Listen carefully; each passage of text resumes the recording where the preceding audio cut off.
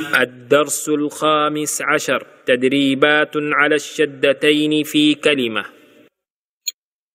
يزكى، يذكر، المدثر، المزمل، عليين، عليون، إن الذين،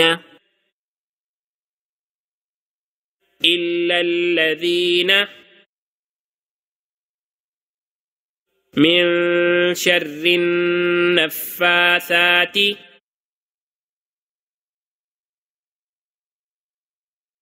فعال لما يريد.